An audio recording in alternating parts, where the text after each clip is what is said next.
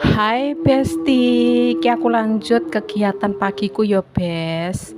Podo ae to Bes, emak-emak rumahan iki aku ndelok anakku wedok ki nyapu kebonan Besti. Iku kewajibane Sabtu Minggu dek kan libur.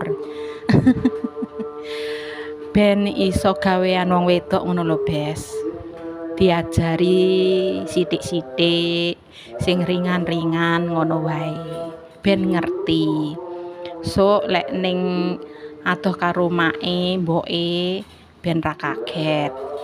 Iki aku lanjut arep merapikan apa gerabahanku ki lho Bes. Wis bar tak cuci kan wis kering to.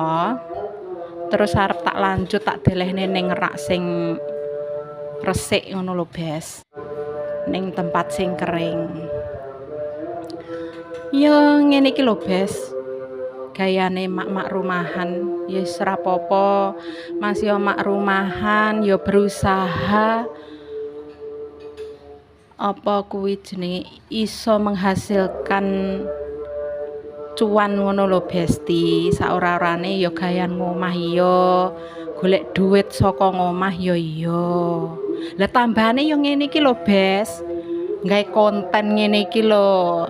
Ya para penonton yang sudah menonton diriku yang belum subscribe tolong ya subscribe, share dan komen ngono kae lho Bes. Ya Allah, yang sudah komen matur suwun sanget nggih. Yang sudah subscribe matur suwun ingkang kathah, lemah teles Gusti Allah ingkang bales. Ngono ya Bes, iki ki yo piye mulek ra mulek ya.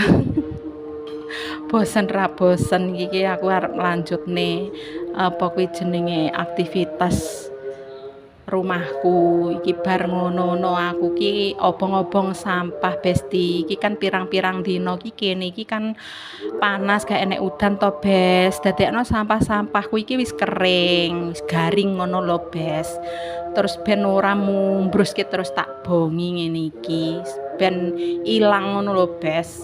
Iki kayu iki kuwi sing ketok iki kayu jeruk wis mati terus tak geraji sik mbluwang krah ning kono kuwi Bes. Wis mbuh kapan mbuh lek nangani. Wis ngono ya Besti videoku.